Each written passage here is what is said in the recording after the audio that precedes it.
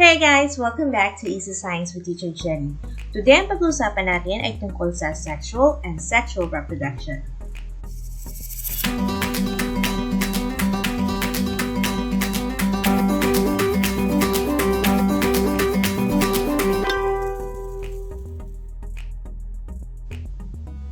Reproduction is the process by which organisms give rise to offspring.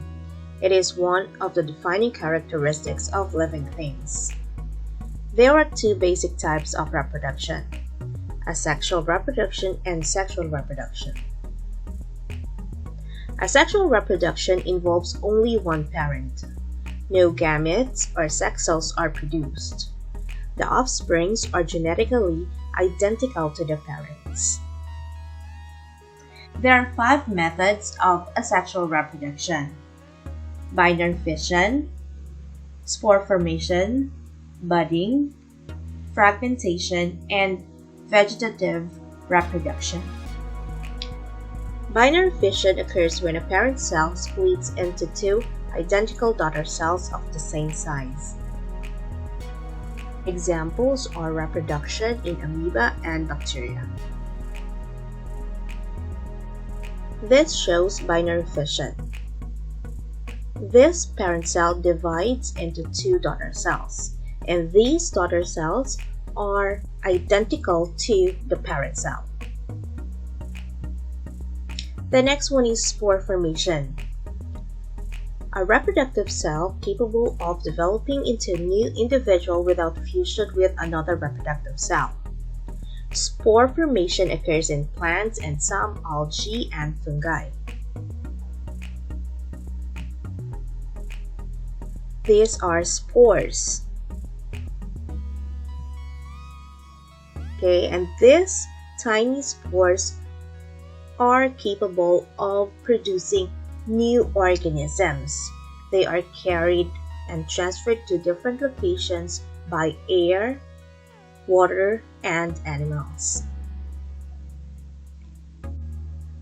These ones are pores under a leaf. Usually, you can find it in ferns. The next one is budding. It occurs when a parent cell forms a bubble-like bud. The bud stays attached to the parent cell while it grows and develops. When the bud is fully developed, it breaks away from the parent cell and forms a new organism. In this cactus plant, buds are growing, and these buds can be transferred to different places, or it can fall off and develop into a new plant. Fragmentation. It occurs when the parent organisms break into fragments or pieces, and each fragment develops into a new organism.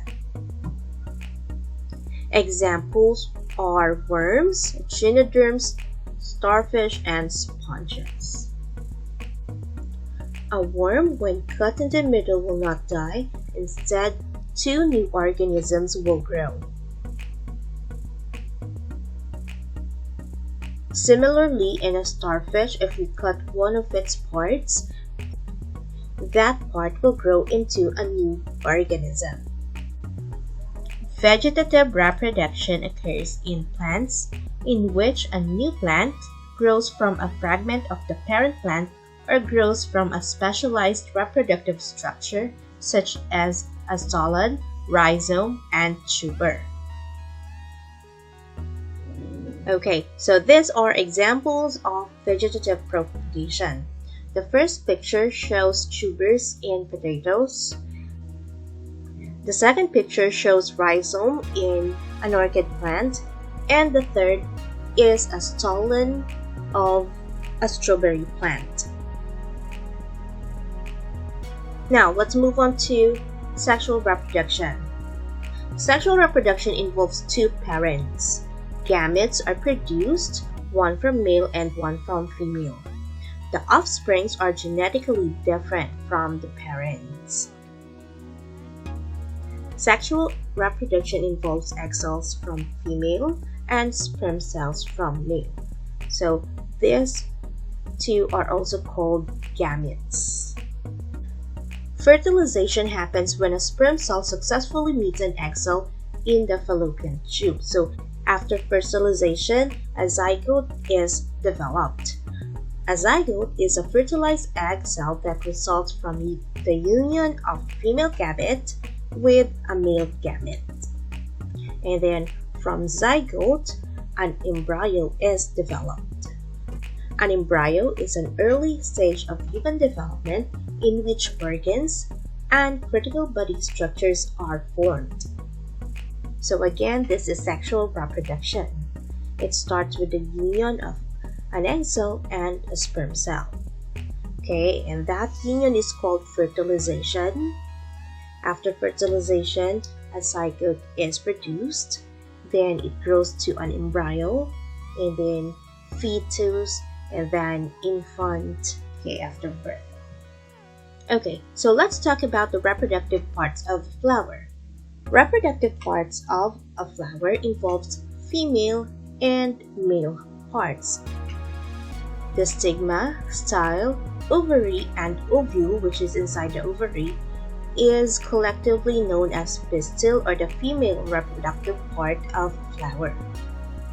Anther and filament is collectively known as stamen, which is the male reproductive organ of the flower. So again, pistil is for female, stamen is for male. Petals are the colorful parts of the flowers which attracts the pollinators such as bees, butterflies, and other insects. And then you have the sepal, which supports the petals, and the receptacles, or the holder of the flower.